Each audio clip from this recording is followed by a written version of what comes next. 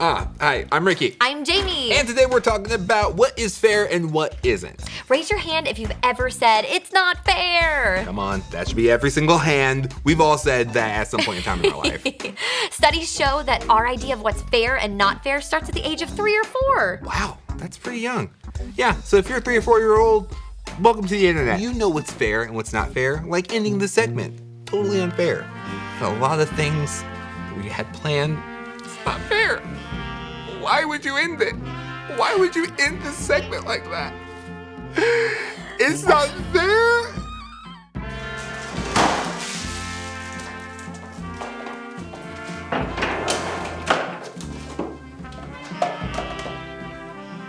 That's not fair.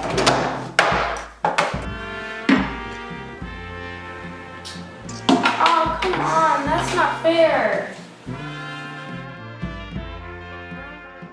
Oh, come on, that's not fair.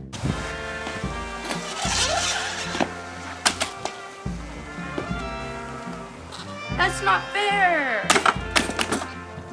Come on, Chanel. That's not fair. Ugh. Come on, that's not fair. Yeah? Hey, it's time to go to bed already. How come Christopher doesn't have to go to bed? Because Christopher doesn't have school tomorrow. That's not fair.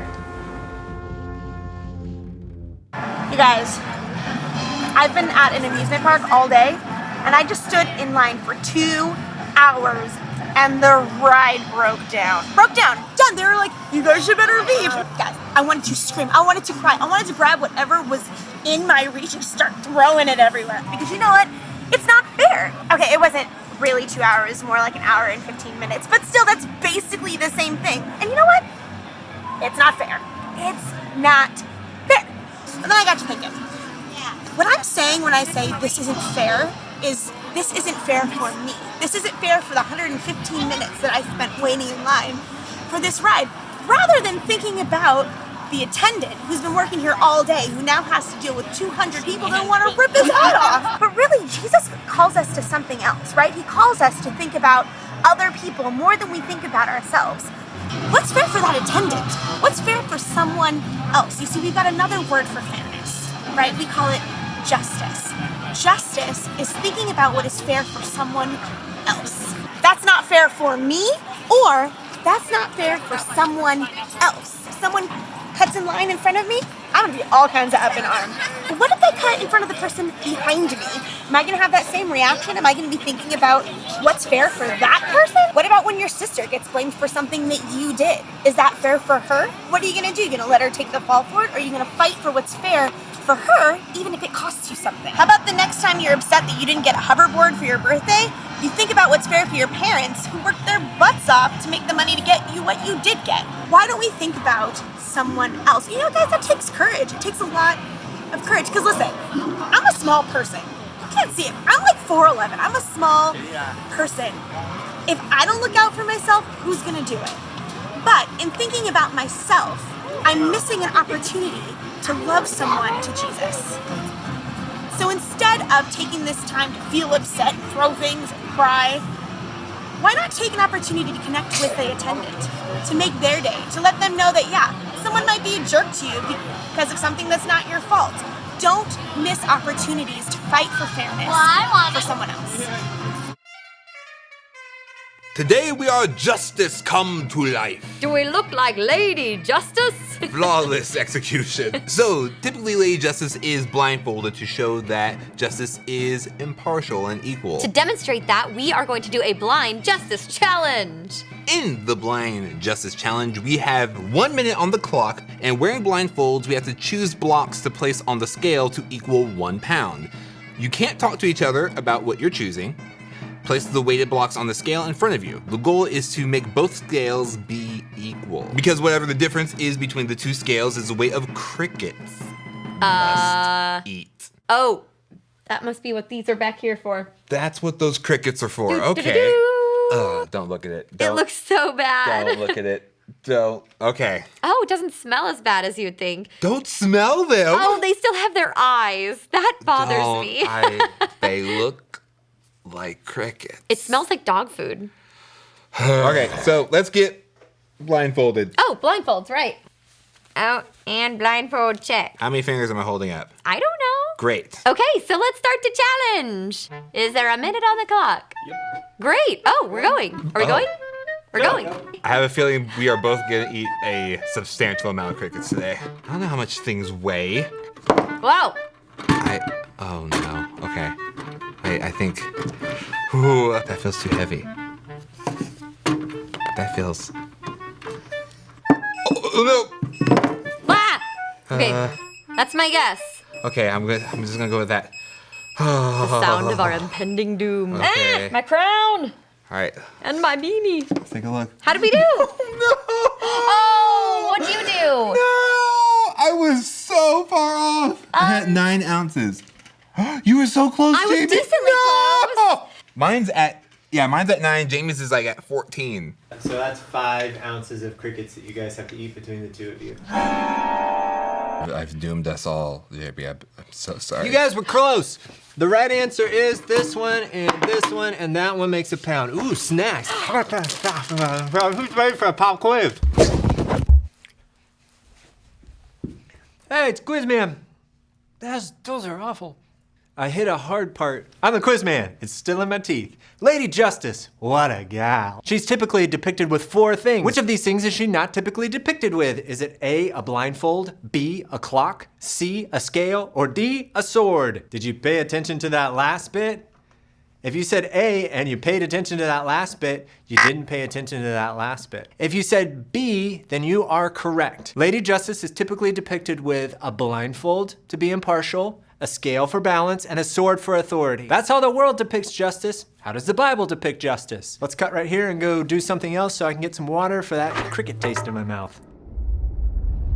If you were a praying mantis, it would be socially acceptable to devour your mate. And if you're a honey badger, you have no regard for other animals. You don't care. If you're a panda with twins, it's normal to abandon one to take care of the other. But if humans do any of these things, we would call it wrong, unfair, or unjust. Yeah, why is that? Why do humans care so much about justice? Well, the Bible has a fascinating response to that question. On page 1, humans are set apart from all other creatures as the image of God. Yeah, God's representatives who rule the world by his definition of good and evil. And this identity, it's the bedrock of the Bible's view of justice. All humans are equal before God and have the right to be treated with dignity and fairness no matter who you are. And that would be nice if we all did that. But we know how the world really works. And the Bible addresses that too.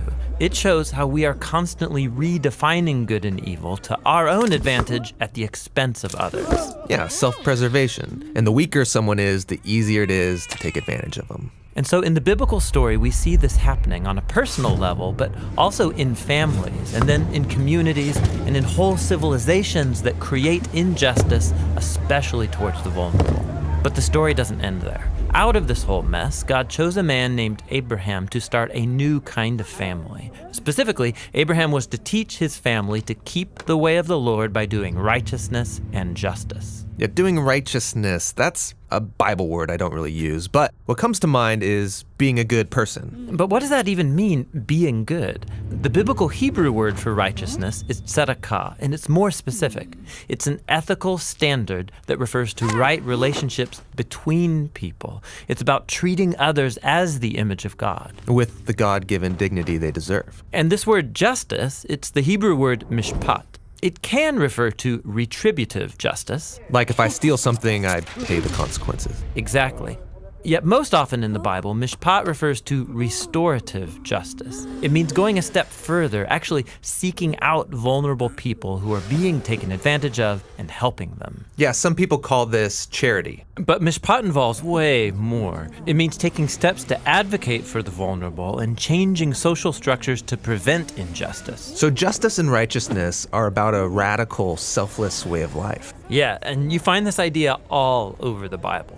So we all participate in injustice, actively or passively, even unintentionally. We're all the guilty ones. And so this is the surprising message of the biblical story. God's response to humanity's legacy of injustice is to give us a gift, the life of Jesus. He did righteousness and justice, and yet he died on behalf of the guilty. But then God declared Jesus to be the righteous one when he rose from the dead.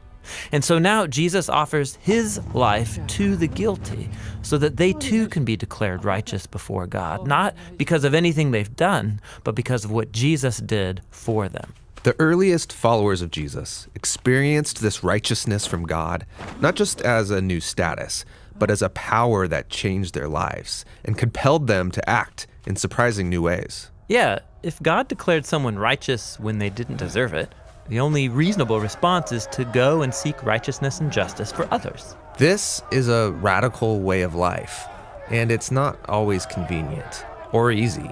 It's courageously making other people's problems my problems. This is what Jesus meant by loving your neighbor as yourself. It's about a lifetime commitment fueled by the words of the ancient prophet Micah. God has told you, humans, what is good, and what the Lord requires of you is to do justice, to love mercy, and to walk humbly with your God.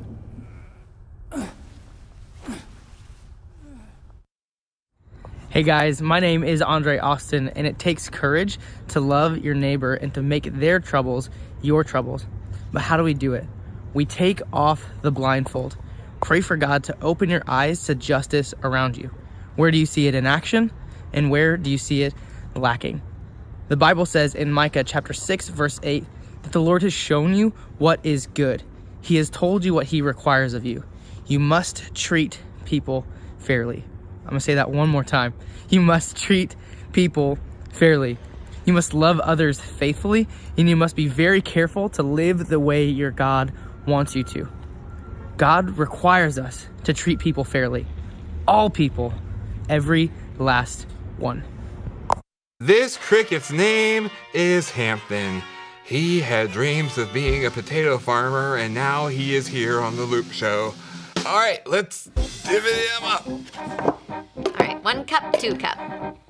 All right, so It's keep it going. Yeah, a little bit more. You know what? A lot bit more. a lot of it more? Yep, not even to 1 ounce yet. Oh my goodness. Yeah, keep going. Do double that and a half.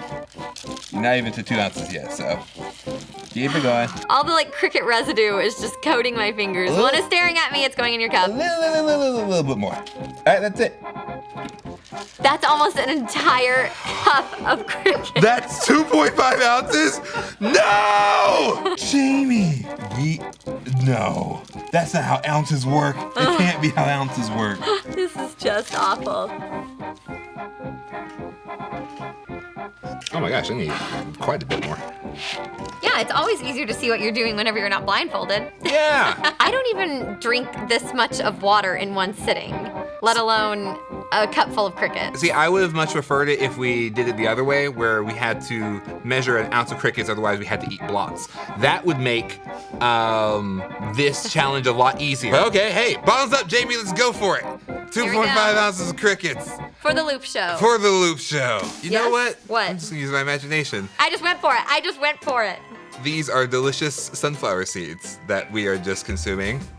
And not at all Oh, that was crickets. spicy. That was spicy. Oh, I feel kind of bad. Oh, his eyeballs were I don't know, it felt slippery, but that's not right. Not looking at them is great. Not looking at them is great.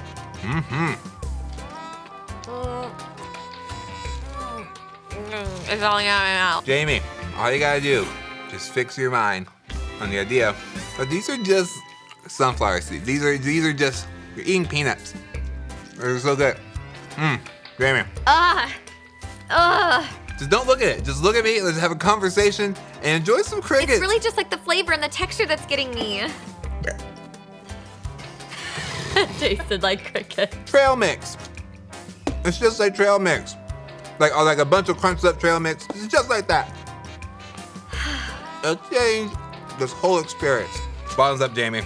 Let's go for the rest of them.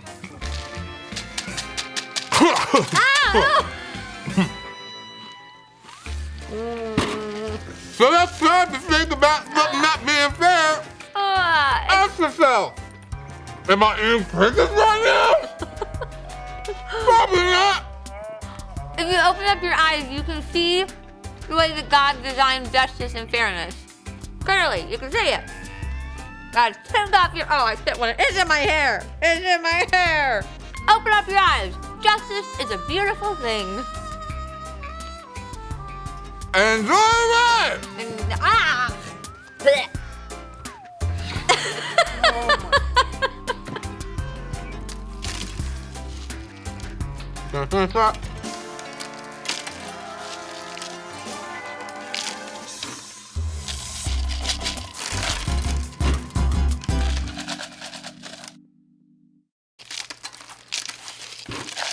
Oh.